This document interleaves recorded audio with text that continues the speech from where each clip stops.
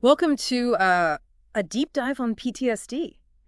Something I know you've been wanting to explore further, and we've got a stack of academic articles and book excerpts here ready to kind of unearth some fascinating insights. And PTSD can be surprisingly controversial. It's not as simple as we might think. Yeah, you're absolutely right. There's a lot of debate even among experts about how we define and diagnose PTSD and what really causes it. Yeah, it is interesting because on the surface, PTSD, post-traumatic stress disorder, it seems pretty self-explanatory. Something traumatic happens and you're stressed because of it, right? But some of these sources raise questions that really make you think. Like, can you get PTSD from watching too much news? Are traumatic memories like those perfect flashbacks you see in movies?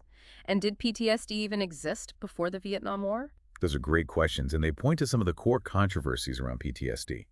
One of the most interesting debates centers around what actually qualifies as a traumatic event. Over time, the definition in the Diagnostic and Statistical Manual of Mental Disorders, the DSM, has broadened considerably. Yeah, I've heard of the DSM. Isn't that like the psychiatrist's go-to guide? Exactly. And the latest version of the DSM has expanded the definition of trauma so much that in theory, even overhearing offensive jokes at work could qualify as a PTSD-inducing trauma. Wait, seriously? Someone cracks a bad joke by the water cooler, and that could lead to a PTSD diagnosis. You're kidding, right? It does seem like a bit of a stretch, doesn't it? I'm personally skeptical of such a broad definition. The context of the event and how an individual interprets it are crucial.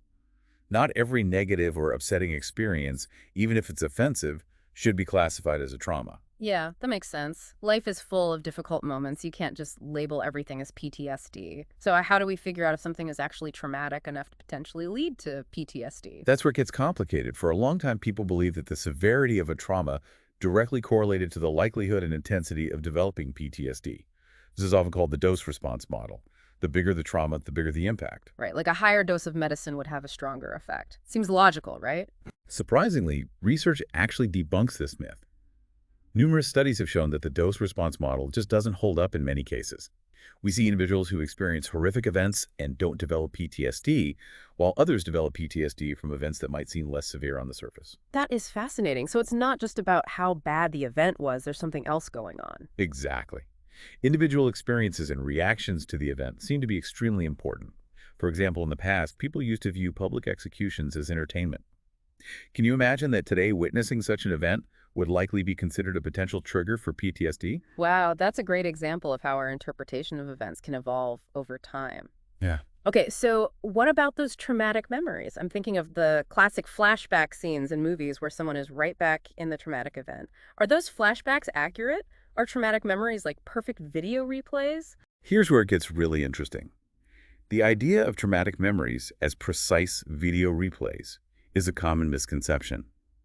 Memories are actually more like reconstructions, not recordings. They can be influenced by emotions, information we learn after the event, and even our cultural backgrounds. Hold on, so you're saying traumatic memories can change over time? Absolutely. There's a fascinating case of a Vietnam War veteran whose flashbacks of his combat injury differed from how he knew factually that the injury happened. That is mind-blowing. It's like our brains are constantly re-editing our memories based on new information or how we feel about the event. This makes me wonder if some people are simply predisposed to developing PTSD, maybe more than others. That's a great question, and it's one that researchers are actively exploring. There's evidence to suggest that certain individuals may be more vulnerable to developing PTSD due to pre-existing factors, such as their personality traits, genetics, or even previous experiences. So it's not just about the event itself, it's about the event happening to a particular person with their own unique background. Precisely. And this ties back into why that dose-response model isn't always reliable. Two people could go through the exact same event, but their pre-existing vulnerabilities and individual differences might lead to very different outcomes for their mental health.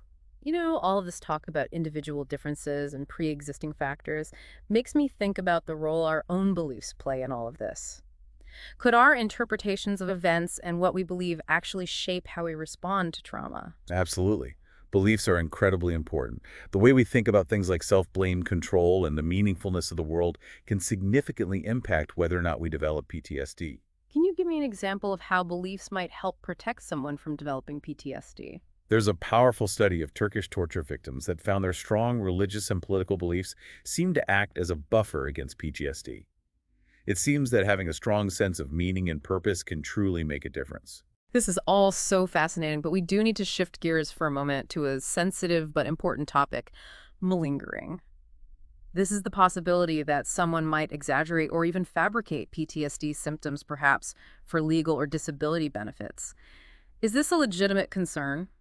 It is a concern, and it's one that needs to be approached carefully, especially in legal settings where accurate assessments are critical.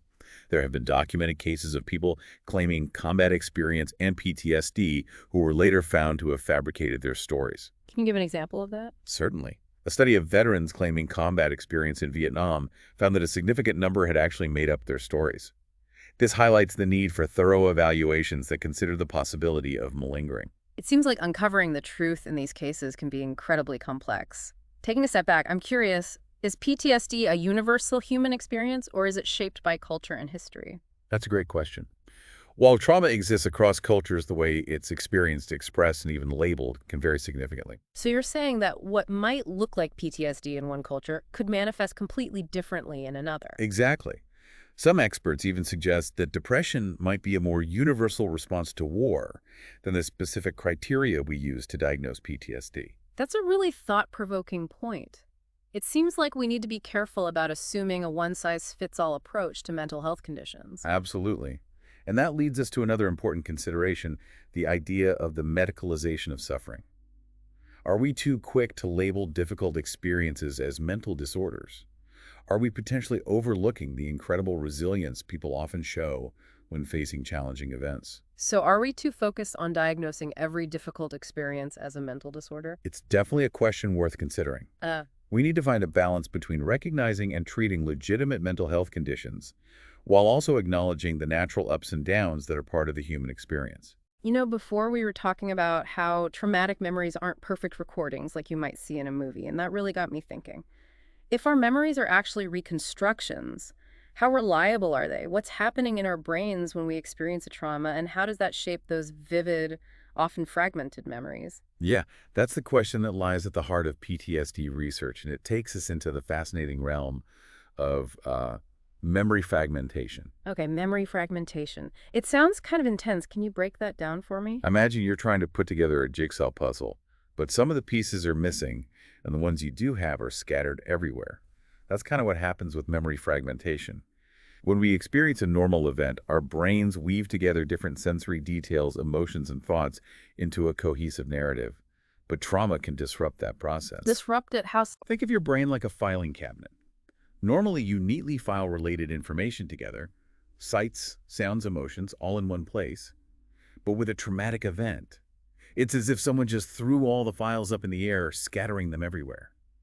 You might remember bits and pieces, a sound, a smell, a feeling, but they aren't organized into a clear linear story. So that's why traumatic memories can feel so chaotic and jumbled, like they're not making sense. Exactly. And this fragmentation is thought to play a key role in both the development and the continuation of PTSD. Because the memories are so disconnected and incomplete, they can be easily triggered by seemingly random things in our environment. Yeah, it's like those scattered files are always just below the surface, ready to spill out at any moment. But why does this fragmentation happen in the first place? Why wouldn't our brains just process traumatic memories the same way they process everyday events? There are a few theories about that. Some researchers believe the intense stress and fear that come with the trauma actually interfere with how our brains normally encode memories, leading to this fragmented way of storing them. So it's like our brains are overloaded by the experience and can't file things away correctly. That's one way to think about it. Another theory suggests that the fragmentation might actually be a protective mechanism, a way for our minds to shield us from the full impact of the trauma all at once. Like a mental defense system trying to keep us from becoming completely overwhelmed. Precisely. By breaking the memory into pieces, our minds might be trying to make it more manageable, even if that does result in those unsettling, intrusive fragments that are so common with PTSD. This is all really interesting. Earlier, you mentioned a debate about whether traumatic memories are actually different from other types of memories. Can you tell me more about that? Of course. It's often referred to as the qualitative versus quantitative debate. The question is, are traumatic memories processed and stored in a fundamentally different way than our other memories?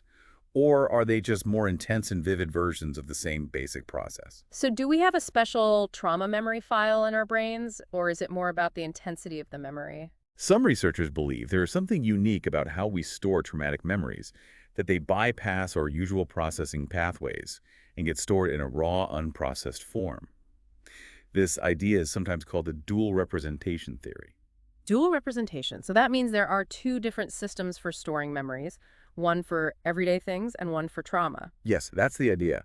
This dual representation theory suggests we have one system for those vivid sensory-based fragments and another for more narrative contextualized memories. That makes sense. So what does the research say? Are traumatic memories fundamentally different from other memories? The research is complex and the evidence is mixed. Studies focusing on people diagnosed with PTSD tend to find support for the idea that traumatic memories are unique in how fragmented and easily accessed they are. So people with PTSD seem to have a different way of remembering those events. That's what the research suggests. But here's the interesting part. When studies include people who have experienced trauma but haven't developed PTSD, the results aren't as clear-cut. So for people who have experienced trauma but not PTSD, their traumatic memories don't seem that different from their other memories. That's right.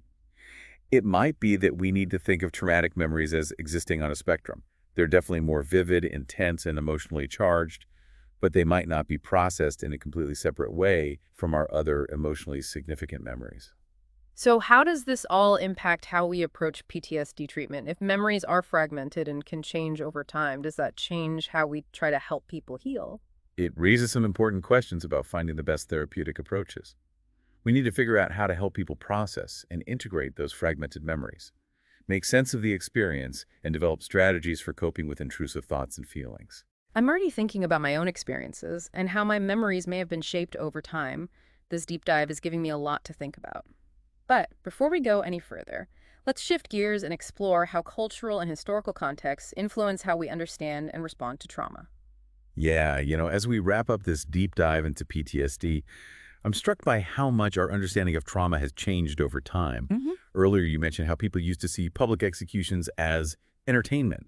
It's amazing to think about how something we consider incredibly traumatic today might be viewed totally differently in the future. It is a great point.